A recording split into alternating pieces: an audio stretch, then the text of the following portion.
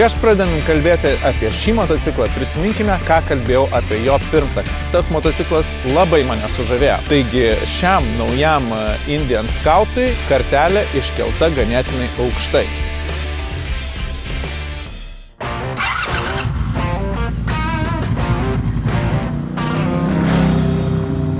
Sveiki, mėly žiūrovai, mano vardas Karolis, o jūs žiūrite laidą ant dviejų ratų. Čia aš jums pristatysiu pačius įvairiausius motociklus, kuriuos galite sutikti Lietuvos keliuose, supažindinsiu su įdomiais žmonėmis bei visko, kas susijęs su motociklizmu. Šios laidos pagrindinis svečias – dar vienas motociklas, kurio pirmtaką jau turėjome galimybę apžvelgti laidoje, o dabar susipažinsime su atnaujinta jo versija. Ir tai yra ne kas kita, kaip amerikietiškasis Indian Scout.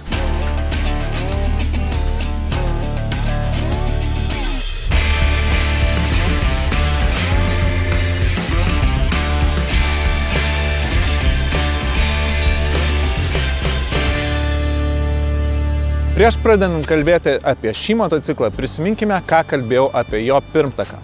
Tada mane tas motociklas maloniai nustebino savo lengvu valdomumu ir labai tolygiai dirbančių variklių visame sūkių diapazone. Žinoma, turėjau jam ir šiek tiek priekaištų. Tai mažokas pasvirimo kampas posūkyje ir šiek tiek nekaip dirbantis amortizatorius, kuris nelabai gerai sugerdavo didesnius nelygumus.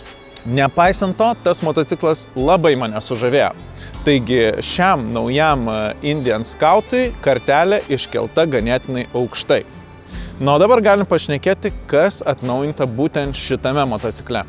Pirmiausia, tai variklis.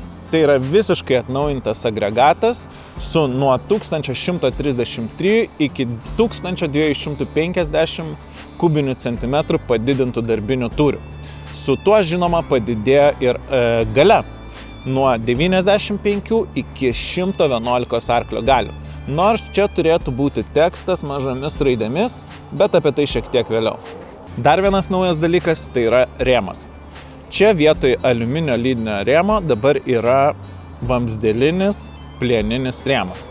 Ir jeigu jūs mintyse klausėt, ar tai nėra žingsnis atgal, taip, aš su jumis sutinku. Bet Indian suprato, kad cruiser motociklų pirkėjai išties nori savo motociklus dažnai modifikuoti ir pasidaryti pagal save. O tai padaryti daug lengviau su plieniniu rėmu negu su aliuminiu. Dar vienas skirtumas nuo seno modelio, vietoj dviejų duslintuvų yra šis vienas didelis. Ir jeigu jau kalbam apie duslintuvus, yra pats metas paklausyti, kaip šis motociklas dirba. Tam, kad jį užvesti, žinoma, yra raktelis, kuris čia yra beraktės sistemos dalis. Paspaudžiame mygtuką ant variklio ir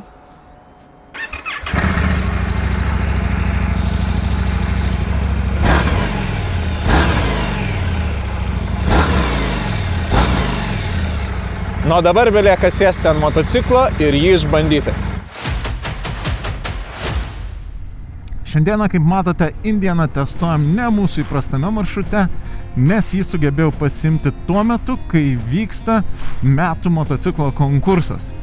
Tai linkiu šiam motociklui sėkmės. O dabar pakalbėkime, kaip visada, apie variklį.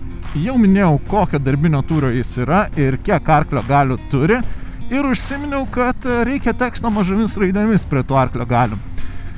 O to reikia todėl, kad šis Scout 101 yra pačios brangiausios ir pilniausios komplektacijos iš visų Scout modelių, kurių viso yra, jei neklystu, 5. Tas svarbu dėl to, kad standartiškai Scout'e yra 105 arklio galios, o šitame motocikle arba motocikle turinčiam papildomos galios paketą yra 111.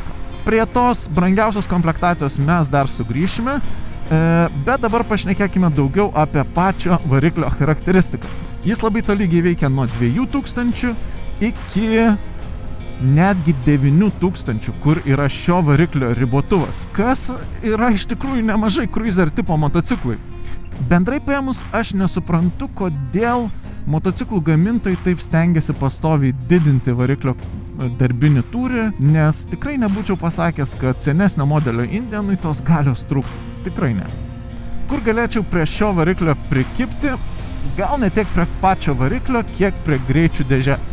Pirmas dalykas, tai praeitame modelį labai gyriau greičių dėžės veikimą, kur labai maloniai jautėsi permetinėjami bėgiai.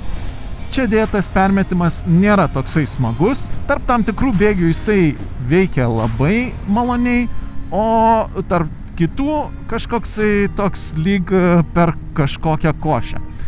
Dar vienas dalykas, kuris man šiek tiek kliūna, kad antras bėgis yra labai ilgas. Štai aš važiuoju 35 km/h ir viso labo yra 2000 apsukų.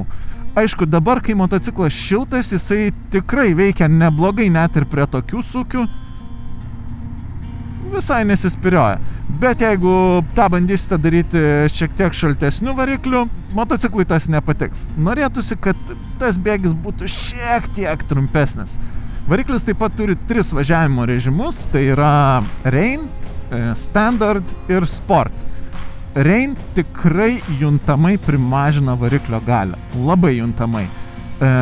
Standard, tas, kurį aš naudoju visada, man pilnai užtenka jo. Na, o Sport, žinoma, padaro akceleratorių aštresnį ir reikia jo daug mažiau sukti, kad gautum pilną variklio galią. Beje, dar grįžtant prie greičių dėžės, galiu pakalbėti ir apie sankabą, kurios veikimas čia man tikrai patinka. Sankabos rankenėlė nėra per sunki ir sankabą galima pakankamai gerai moduliuoti. Jeigu vienintelį kažkokį trūkumą galėčiau pastebėti, tai kad sankabos pilnas sukibimas yra visiškai rankenėlės eigos gale, o pareguliuoti pačios rankenėlės pozicijos neišeina. Tai čia vienas mažas trūkumėlis. Nu, dabar galime pakalbėti apie vairuotojo komfortą. Ir kaip galima spėti dėl cruiserio su tokia sėdėsena, na, bent jau man to komforto čia daug nėra. Aš nežinau, gal kiti žmonės įpratę taip sėdėti, gal mažesnis ūgis tą poziciją padaro patogesnę, bet aš ilgesnius atstumus taip sėdėti nenorėčiau. Po miestą važinėti, praleisti valandą 2 ant motociklo tikrai ne problema. Tam ypatingai padeda sėdynė, kuri čia maloniai minkšta. Čia galime aptarti ir valdymo įrangą, kuri kaip įprasta Indian motociklam yra labai kokybiška. Man gal vienintelis dalykas, kuris šiek tiek kliūna, labai maža posūkių įjungimo svirtelė. Prie įrangos, žinoma, reikia paminėti ir šį skystųjų kristalų spidometrą, kuriame galite keisti jau minėtus važiavimo režimus, nusistatyti trip nustatymus ir dar daugybę visokių kitokių dalykų. Taip pat čia yra ir navigacija, arba bent jau turėtų būti. Ne, kažkaip lietuviško žemėlapio čia nėra. Nesu įsitikinęs, ar tą padaryti galima, bet galbūt būtų visai neblogai. Dar vienas dalykas, ką verta aptarti šnekant apie vairuotojo įrangą, tai yra veidrodėliai, kurie čia, kaip matote, yra apversti ir yra apačioje. Tai turiu pasakyti, kad prie tokios jų pozicijos priprasti teks.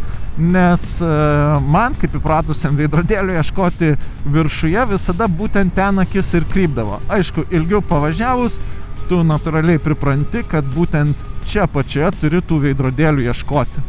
Beje, kalbėdamas apie variklį, pamiršau paminėti akceleratorių. Čia jisai, kaip ir galima tikėtis naujam moderniam motociklui, yra valdomas elektra, tai yra drive-by-wire.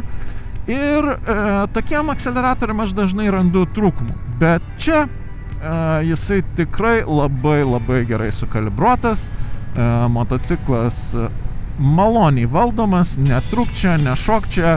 Žodžiu, mano komplimentai Indian, tikrai su akceleratorium padirbėjo gerai. Žinoma, su elektroniniu akceleratorium atsiranda ir kitų privalumų, tokių kaip kruizo kontrolė, kurią jeigu žiūrite mūsų laidas, tai žinosite, kad aš labai mėgstu.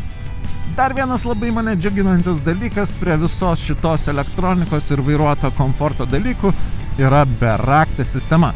Labai patogu, kai tau nereikia rakto ieškoti kišenėje, įkišti, pasukti ir tada užvesti. Tiesiog prieini prie motociklo, paspaudi keletą mygtukų ir važiuoji.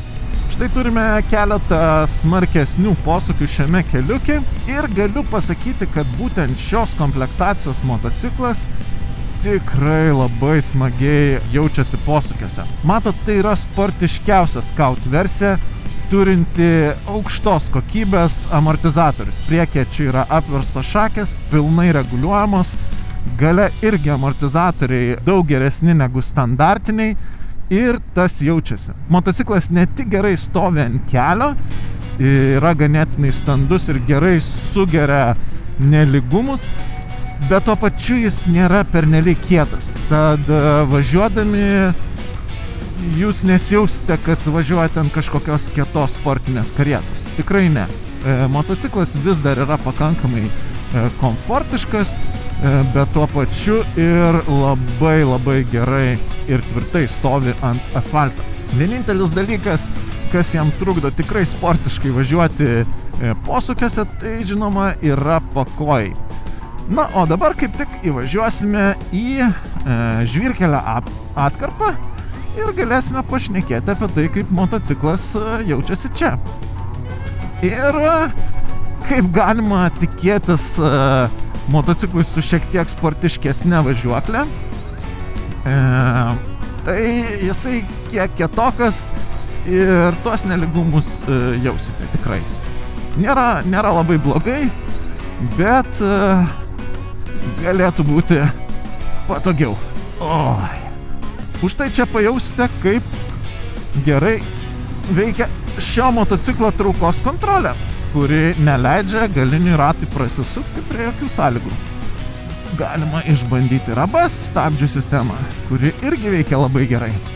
Nu, kalbant apie stabdžius, čia jie tikrai efektyvūs, bet reikia vėlgi prisiminti apie tą aukščiausią komplektaciją. Mat, čia montuojami 2 stabdžių diskai priekyje su Brembo stabdžių suportais, kas stabdymą tikrai padaro tikslų, malonų ir efektyvų. Kitose Scout versijose stabdžių diskas yra vienas, todėl manau ir stabdžių efektyvumas nebūtų toksai geras. Kadangi važiuojam užmiesčio keliu, galime pakalbėti apie šio motociklo jausmą prie didesnių greičių. Na ir kaip galite suprasti iš jo išvaizdos, didelės apsaugos nuo vėjo čia tikrai nėra. Praktiškai visą srautą ateinant į motociklą aš ir gaunu. Na, šitas stikliukas apsaugėlė yra daugiau kosmetinės paskirties negu kažkokia turinti realią funkciją. Kaip matote, važiuoju dabar 96 km/h 6 bėgių ir variklio apsukos net nesiekia 3000 apsisukimų per minutę.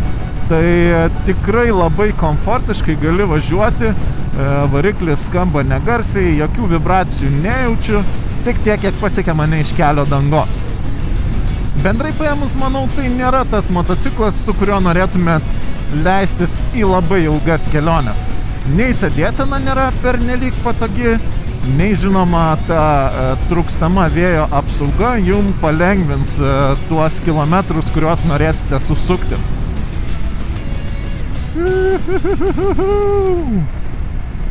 Tie posūkiai. Tikrai labai smagus sportiškas cruiseris. Šis Indian Scout motociklas man paliko didžiulį įspūdį ir turbūt netgi didesnį nei jo pirmtakas. Žinoma, tai yra pati brangiausia Indian Scout versija su daug papildomos įrangos, bet manau, ta papildoma įranga verta čia būti. Jeigu žiūrite šią laidą, turbūt būsite girdėję apie mano 3 motociklų svajonių garažą. Jame būtų mano enduro grynakraujis arba dar kitaip hard motociklas, adventure kažkoksai. Ir 3 vietoje visada galvojau, kad koks nors klasikinis motociklas nuvažiuoti savaitgalį mieste kavos arba šiaip pasimėgauti visokiais keliais. Ir pirmą kartą aš mąstau, kad tame garaže galėtų būti cruiser tipo motociklas. To dėka būtent šis Indian Scoutas. Vienaip ar kitaip viską, ką aš sakau, yra tik tai mano nuomonė. Visus jūs dominančius motociklus išbandykite patys. Šioje laidoje tiek, likite sveiki ir saugus kelyje, o mes pasimatysime jau po savaitės. Iki! Laidos vedėjo saugumu ir komfortu rūpinasi Rūka ir Schubert, už kuriuos dėkojame K-Moto.